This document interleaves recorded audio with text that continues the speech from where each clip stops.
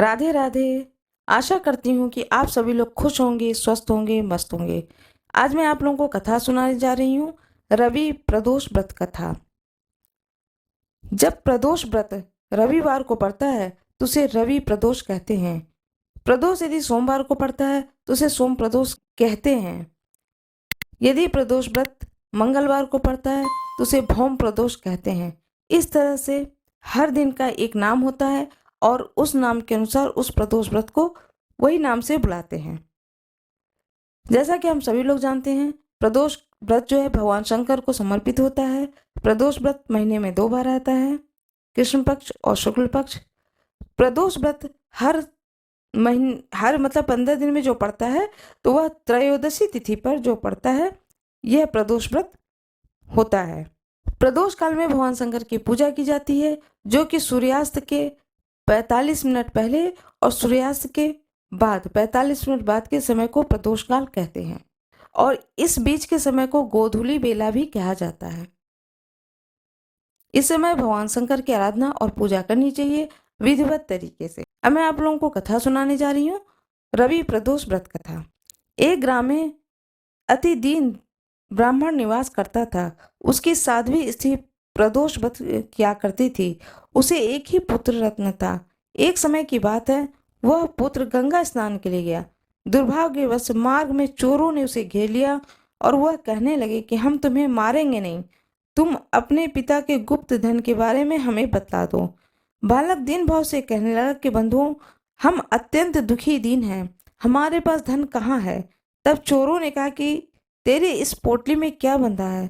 बालक ने निसंकोच कहा कि मेरी माँ ने मेरे लिए रोटियां दी हैं।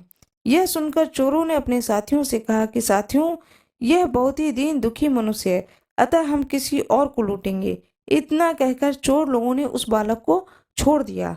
बालक वहां से चलते हुए एक नगर में पहुंचा। नगर के पास एक बरगद का पेड़ था। वह बालक उसी बरगद के वृक्ष की छाया में सो गया। उसी समय उस नगर के सिपाही चोरों को खोजते हुए उस बरगद के वृक्ष के पास पहुंचे और बालक को चोर समझकर बंदी बनाकर राजा के पास ले गए। राजा ने उसे कारावास में बंद करने का आदेश दिया। ब्राह्मणी का लड़का जब घर नहीं लौटा तब उसे अपने पुत्र की बड़ी चिंता हुई। अगले दिन प्रदोष व्रत था। ब्राह्मणी ने प्रदोष व्रत किया और भगवान शंकर से मन ही मन पुत्र की कुशलता की प्रार्थना करने लगी। भगवान शंकर ने उस ब्राह्मणी की प्रार्थना स्वीकार कर ली।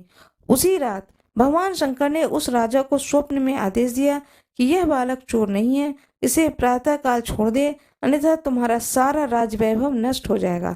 प्रातःकाल राजा ने शिव जी की आज्ञा के अनुसार उस बालक को कारावास से मुक्त कर दिया। बालक ने अपनी सारी कहानी राजा को सुनाई। सारा वृतांत सुनकर राजा ने अपने सिपाहियों को उस बालक के घर भेजा और उसके माता पिता को राज दरबार में बुलाया। उसके माता पिता बहुत ही भयभीत थे। राजा ने उन्हें भयभीत देखकर कहा कि आप भयभीत न हो, आपका बालक निर्दोष है। राजा ने ब्राह्मण को 5 गांव दान में दिए, जिससे कि वे सुखपूर्वक अपना जीवन व्यतीत कर सके। इस तरह ब्राह्मण आनंद से रहने लगा। शिव जी की दया से उनकी दरिद्रता दूर हो गई।